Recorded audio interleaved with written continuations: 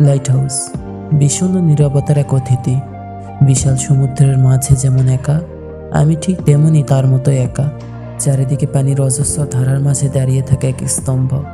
আমি অনায়াসে চারদিক জনশূন্যতার মাঝে দাঁড়িয়ে থাকা কোনো এক স্তম্ভ। সারাদিন স্রোতে ভেজা এক প্রাণবন্তহীন দিগন্ত, যার দ্বারা মহাসমুদ্রের নাবিকদের চাহিদা মেটানো প্রতিবিম্ব। আর আমার চাহিদা সেখানে দাঁড়িয়ে থাকা বিভৎস এক মূর্তির মতো। আমি মানুষ, তবে ছন্ন ছাড়া এমন এক মানুষ, যে মানুষটা চলাফেরা করতে পারিলেও মনটা যে তার দাঁড়িয়ে থাকা লাইট হাউসের মতো একটা জলস্রোত, যে স্রোতের গভীরতা মাপতে পারলেও নিজের সেই দাঁড়িয়ে থাকা একাকিত্বের গভীরতা অমাপা এক ঝাপসা পাহাড়। আর সেই পাহাড় শুধু অন্যকে আশ্রয় দিতেই জানে, আর যার নিজের আশ্রয়ের ঠিকানা অন্তত অজানা।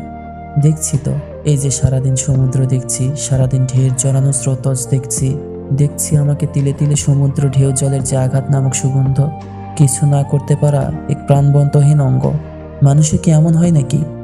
হয়তোবা হয়, যার মনের গভীরতা থাকে লাইট হাউসের মতো প্রাণবন্তহীন সুড়ঙ্গ, যার প্রবেশদ্বার থাকলেও সীমানা কিন্তু অফুরন্ত। সারাদিন বলছে, কেউ আছো, আমাকে সেই সমুদ্রের ঢেউয়ের মতো ঠান্ডা করো, আমাকে লাইট হাউসের মতো সমুদ্র স্রোতে ভেজাও, ভেজাও আমার যত সব দুঃখের জল।